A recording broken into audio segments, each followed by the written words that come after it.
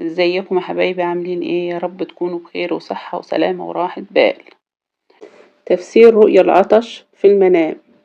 لو شايف نفسك عطشان في الحلم ومش لاقي مية، خليك معايا لأن الرؤيا دي ليها رسالة مهمة وخطيرة. يقول ابن سيرين إن العطش قد يكون نقص في أمور الدين أو نقص في أمور الدنيا، وفي بعض الأحيان بيدل على الفقر أو الضيق أو الاحتياج على حسب حال الرائي وعلى حسب حال الرؤية.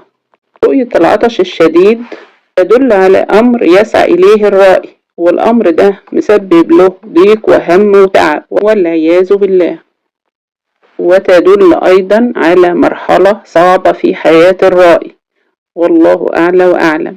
العطشان الذي يجد ماء ولا يشرب تدل على ضياع فرص من الرائي، ويدل أيضا على الفرج القريب ولكنه لا يحسن التصرف. شرب الماء بعد العطش، وهي من أفضل الرؤى وبشارة خير بزوال الهم وسداد الدين وتحقيق أمر كان منتظره وبيسعى إليه بعد صبر طويل. لو كنت عطشان وكنت في الصحراء أو في حر شديد، فهي رؤية غير محمودة بتدل على شدة البلاء أو صعوبة الطريق، لكن مع الصبر بيكون الفرج بإذن الله، والله أعلى وأعلم. وتفسير رؤيا العطش على حسب حال الرائي.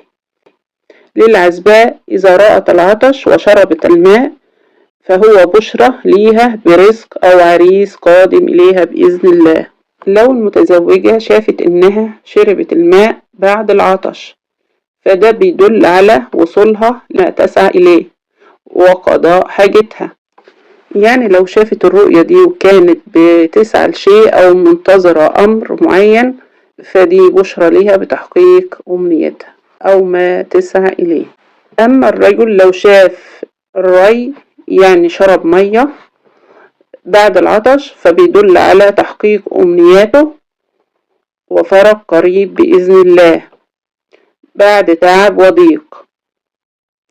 وفي النهاية العطش ممكن يكون رسالة تحذيرية وممكن يكون بشرى، والمنام بيعبر على حسب حال الرائي وعلى حسب حال الرؤية.